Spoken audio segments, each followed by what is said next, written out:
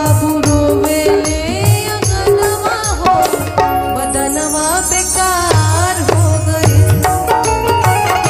उड़ गईले पिंजरा से सुगनवा हो, बदनवा बेकार हो गई।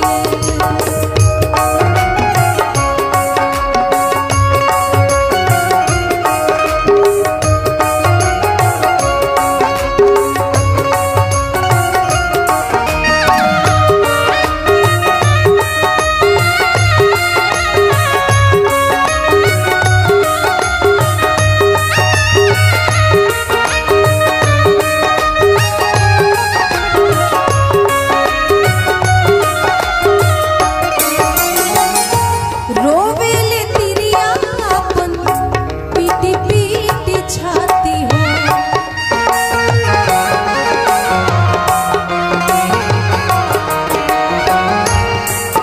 अच्छा अगर आप जब तक जीवित हैं, किसी से लड़ाई चल रहा हो, जब तक इंसान पास में रहता है उसकी कोई अहमियत पता नहीं चलती, लेकिन जब वो चला जाता है तो फिर सब कुछ हो जाता है। सारी कमियां खलने लगती है कि वो होते तो ये होता।